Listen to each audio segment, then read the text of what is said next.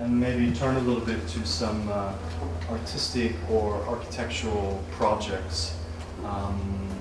I sort of begin to feel that the kind of notions that I'm mapping out here kind of give me a kind of interesting or productive terminology to then appreciate sound practice and different ways that sound is being used or activated within particular kinds of projects.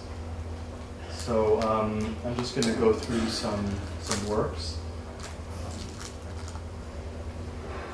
If some of the images somehow disappear, we might have to just, for about 10 minutes, close the windows. But for now, this is a work by architect Joel Sanders. Joel is an architect working in New York. This is a project from 2006 called Mix House. And it exists as a proposal for a domestic dwelling.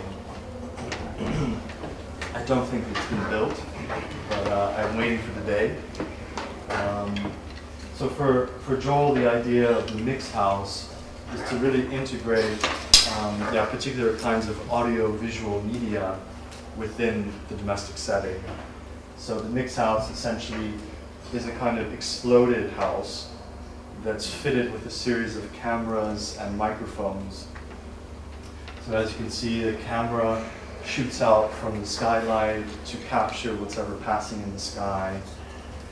Or towards the backyard, there's also a camera looking out. And the idea then is that, of course, the house integrates the exterior. So whatever is passing around the house then starts to participate in the domestic experience, in the life of the house. So I started to kind of appreciate this as a kind of multiplying of perspectives that starts to reconfigure what we might imagine a house being. And this all gets located into the kitchen, which is then a kind of DJ platform. So while you're cooking, you can kind of mix the different inputs.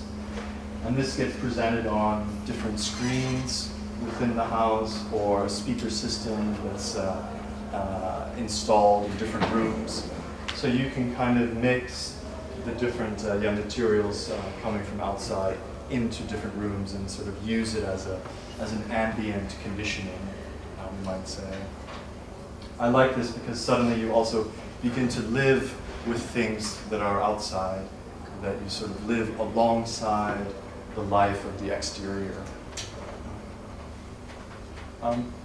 This also made me think a little bit about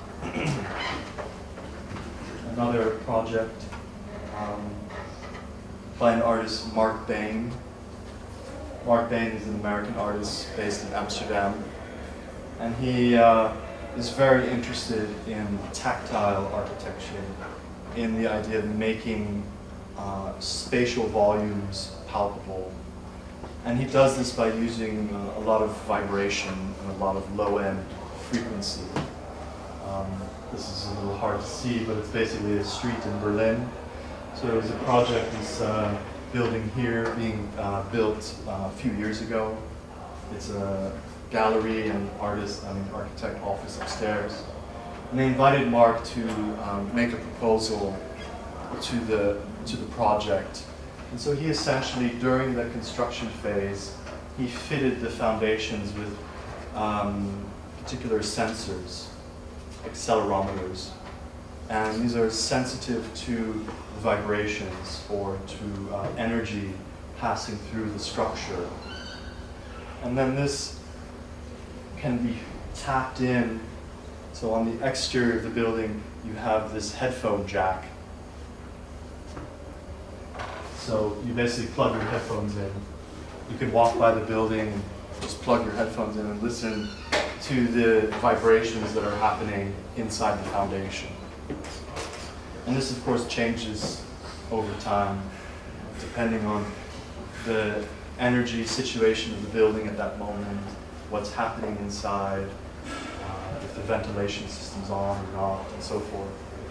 So suddenly the vibratory is a very interesting, I think, kind of spatial picture as well.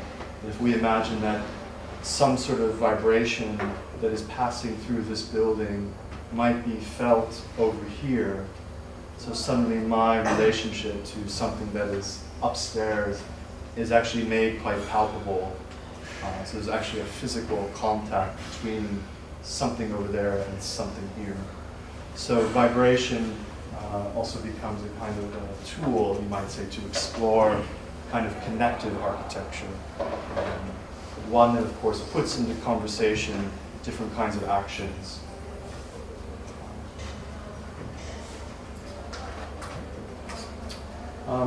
Just to refer to a project of my own, this is a work that sort of is continuing a bit. It started in 2008. I was participating in a festival in Berlin around sound and architecture as the theme. And it's always been a subject that I've been interested to explore, and also to try to interface or to work with architects with the subject of sound as the central theme. So for this project, I made a series of audio recordings of my apartment in Berlin. The recordings were attempts to just capture the ambient sounds of the environment, or trying to map out the apartment with as much information as I could gather using sound only. So I then took these recordings and I gave them to, in this case, 5 architects. And I said, can you make a model of my apartment based on the sounds?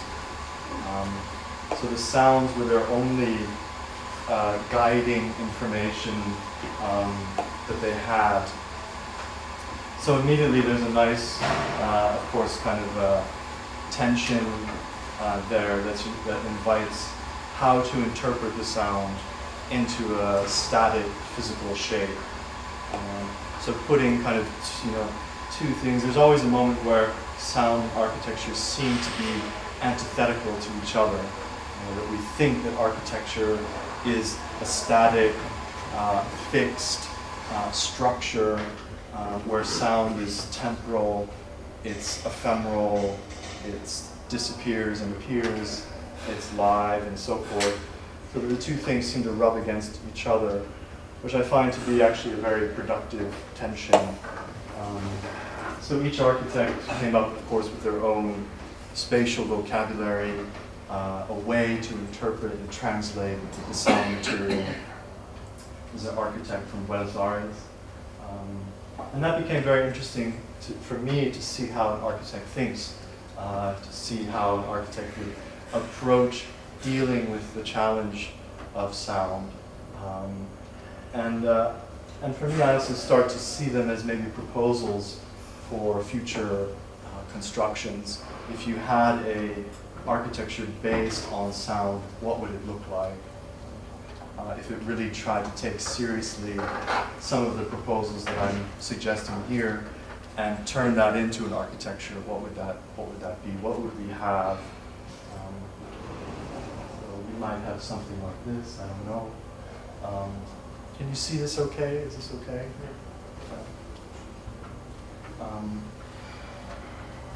Architects in Bristol, this is a little hard, it's basically a kind of aluminum briefcase that they prop open, and inside is a light and broken pieces of furniture. And when I asked them, I said, yeah, so what is that? They said, well, we couldn't deal with the 20 minutes of sound you sent us, so we focused on 1 second. So for them, it was impossible to deal with this question of the sort of the amount of information actually that the sound carried, and it was kind of and how to translate